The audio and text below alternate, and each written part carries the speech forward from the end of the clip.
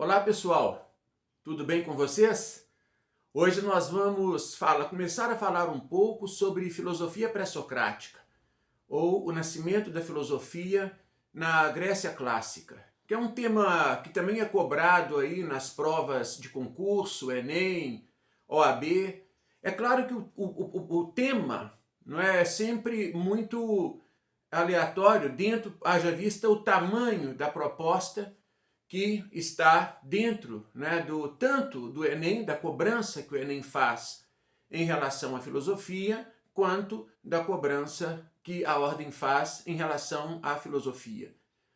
Então são temas muito amplos, né? Na verdade é uma cobrança que contempla, pelo menos na proposta, uma longa história da filosofia, né? Como se fosse um longo arco do tempo sobre filosofia. Então nós iremos por etapas, falando partes, né? E tentando explorar essas partes para a gente ter uma visão panorâmica, uma visão mais geral da filosofia. Falar do início da filosofia é falar do século VI antes de Cristo, mas eu entendo que nós temos que colocar na nossa cabeça que a filosofia não nasce de uma hora para outra, ela não nasce num passe de mágica, como se nós, quando eu digo nós, a nossa civilização do Ocidente estivesse toda centrada num conhecimento mítico. Eu já gravei um vídeo para vocês sobre conhecimento mítico, e num passe de mágica nós adentrássemos no século VI, já inseridos assim no conhecimento filosófico e uma ruptura com o mito. É claro que não é assim, não é? Eu diria que aos poucos veio sendo, né, construído o conhecimento filosófico, ele foi emergindo numa descoberta pelos gregos, isso é importante. Portanto, não é uma discussão, não é uma fala etnocentrista, não é uma fala preconceituosa, não é uma fala que descarta outras formas de conhecimento, nada disso. Mas nós temos que ter essa compreensão, ou essa precisão de que o homem, o ser humano, né, ele se deu conta desse conhecimento que nós hoje chamamos de filosofia, que Pitágoras nomeou esse conhecimento de filosofia. Esse conhecimento tem um momento histórico que ele foi descoberto e ele tem um local que ele foi descoberto. Então, que momento histórico é esse? No século VI antes de Cristo, né? E que local foi propriamente este que a filosofia nasceu? A Grécia do século VI, não é?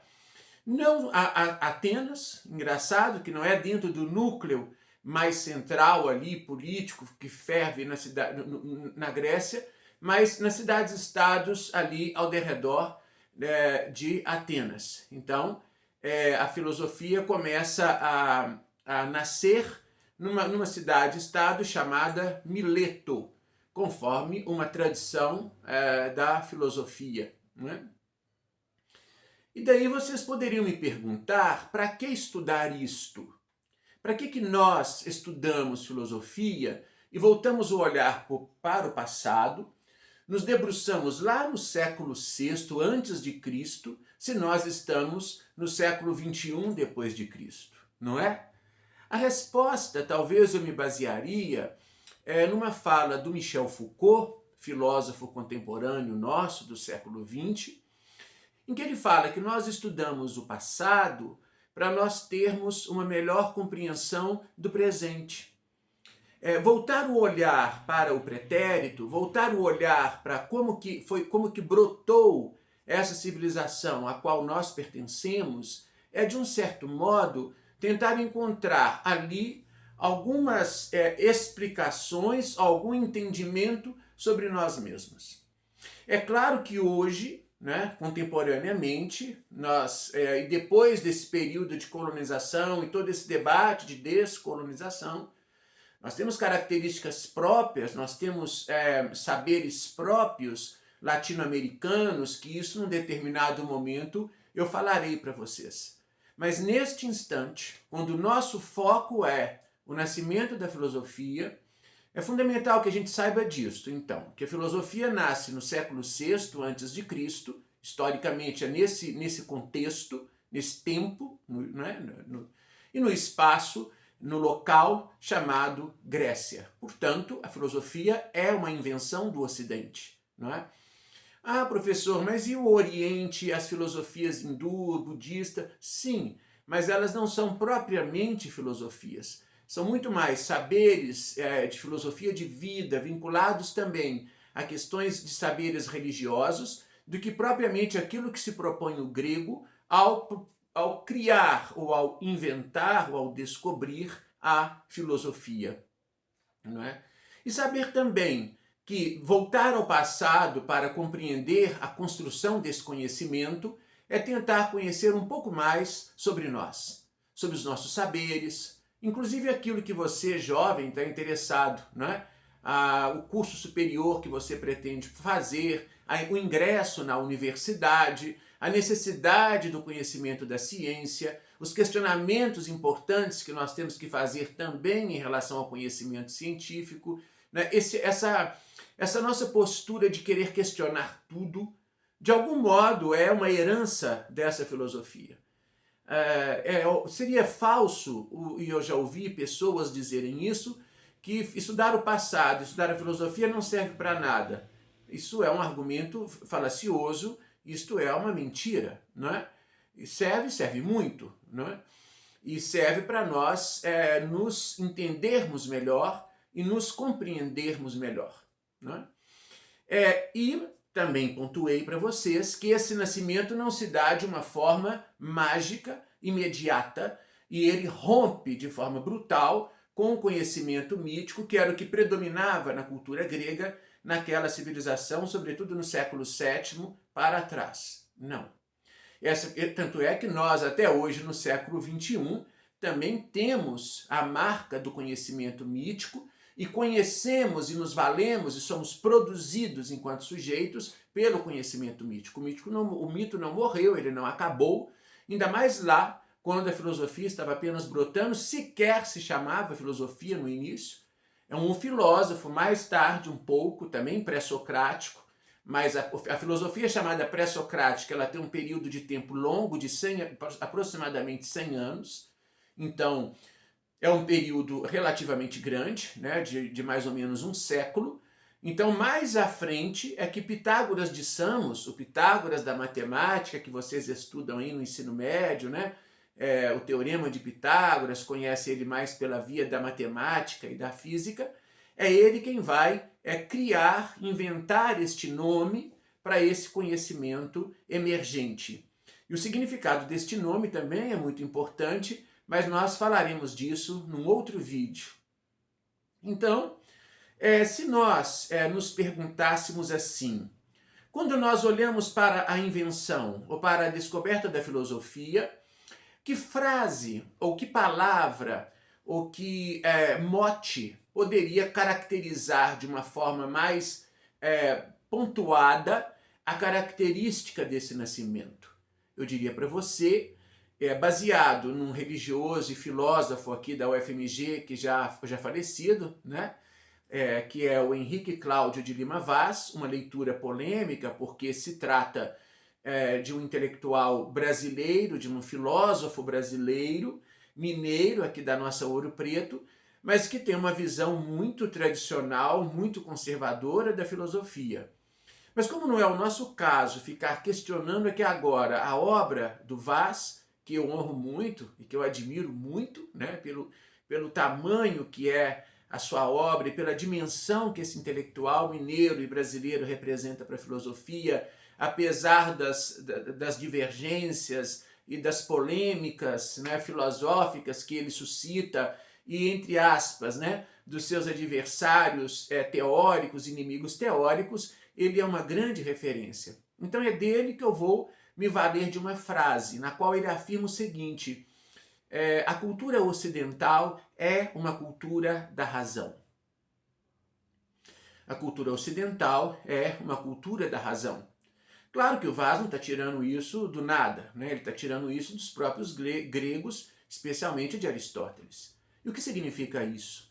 Significa dizer que, se nós voltarmos o olhar para esse pretérito, para esse passado na história da filosofia, nós iremos nos perceber que uma das características fundamentais que os gregos deixaram para nós como herança foi a descoberta de uma razão teórica, a capacidade de teorizar as coisas. Isto é fundamental.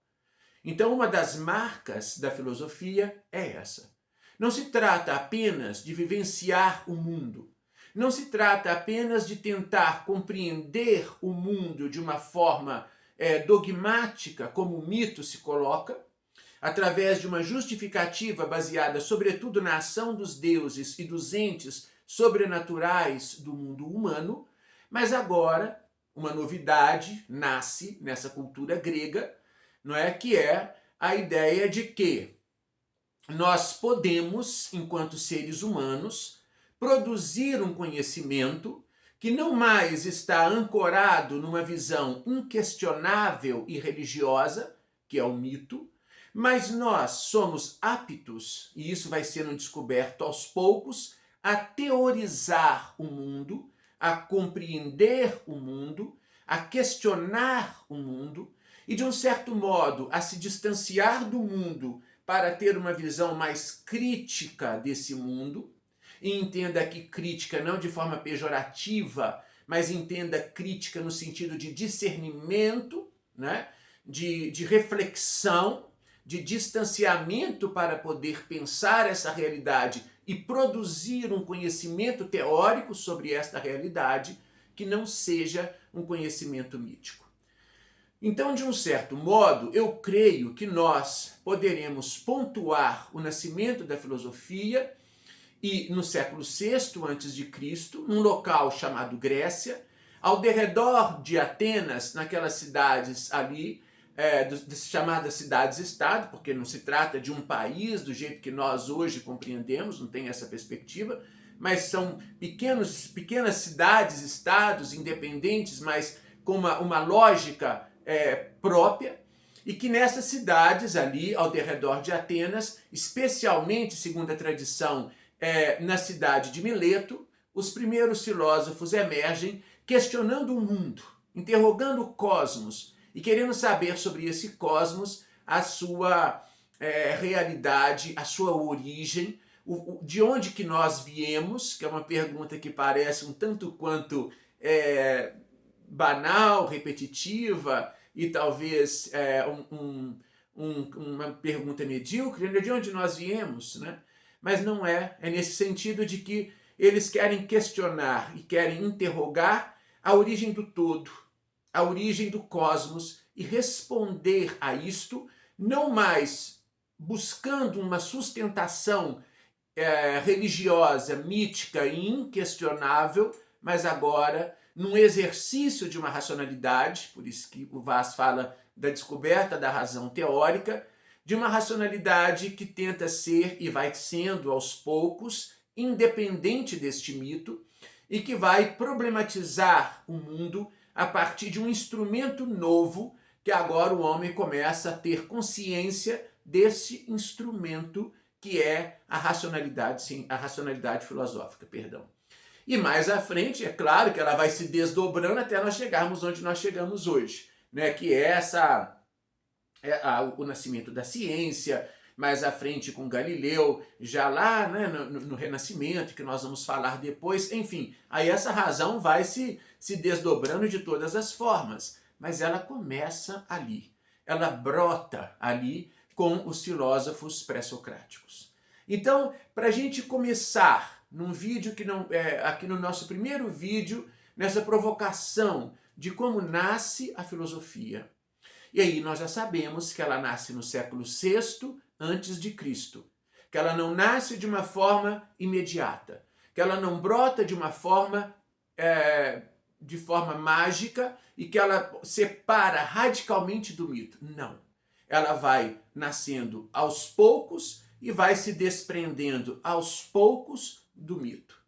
E uma das características fundamentais, se nós quisermos resumir numa única frase ou num único mote a essência desse nascimento, nós baseamos aqui no Vaz e na tradição dos próprios gregos, como em Aristóteles, de que a essência disso é a tomada da consciência do ser humano de que ele é possível, através de si mesmo, através do seu raciocínio, da sua racionalidade, produzir saberes sobre o mundo e saberes que podem ser questionados, que podem ser, que ganham agora uma coisa muito importante, que o mito não permitia, porque ele é fechado, né? Não que ele seja menos ou mais que a filosofia, são formas diferentes de conhecimento, mas agora, com a filosofia, é possível algo que o mito não permite, que algo é a liberdade. E quando eu digo liberdade, a liberdade no sentido do homem, questionar, refletir, interrogar, produzir saberes, duvidar e pôr no tribunal da razão, né? Pôr num certo tribunal, tomar distanciamento e analisar, refletir e pensar. Então, eu diria que esta é a grande novidade da filosofia. Para encerrar, essa novidade nasce naquilo que nós, na tradição da filosofia, chamamos com os filósofos pré-socráticos. Não é gratuito essa nomeação, né? É Sócrates, um filósofo que traz um divisor de águas na história das ideias, na história da filosofia, e aí se elegeu este filósofo, que é do século V, 100 anos depois, como a divisa entre os pré-socráticos e os pós-socráticos. E para encerrar, eu diria que é de por que nós, quando eu digo nós, a tradição da filosofia, elege esse termo. Porque Sócrates muda o tema da filosofia. A filosofia pré-socrática tem por reflexão a problemática do cosmos. E Sócrates, uma vez que ele vai retomar esse debate numa outra perspectiva, agora o homem como um homem político na ordem social, e um debate muito mais político e eu diria antropológico do que propriamente cosmológico. Então Sócrates dá uma reviravolta no tema, né, da filosofia pré-socrática. Por isso que ele é um marco para nomear esse período, ou marcar, né, essa divisão entre filosofia pré-socrática e filosofia pós-socrática. E o tema da filosofia pré-socrática é o cosmos. E aí nós vamos abordar no próximo vídeo, tá bom? Um abraço a todos e a todas.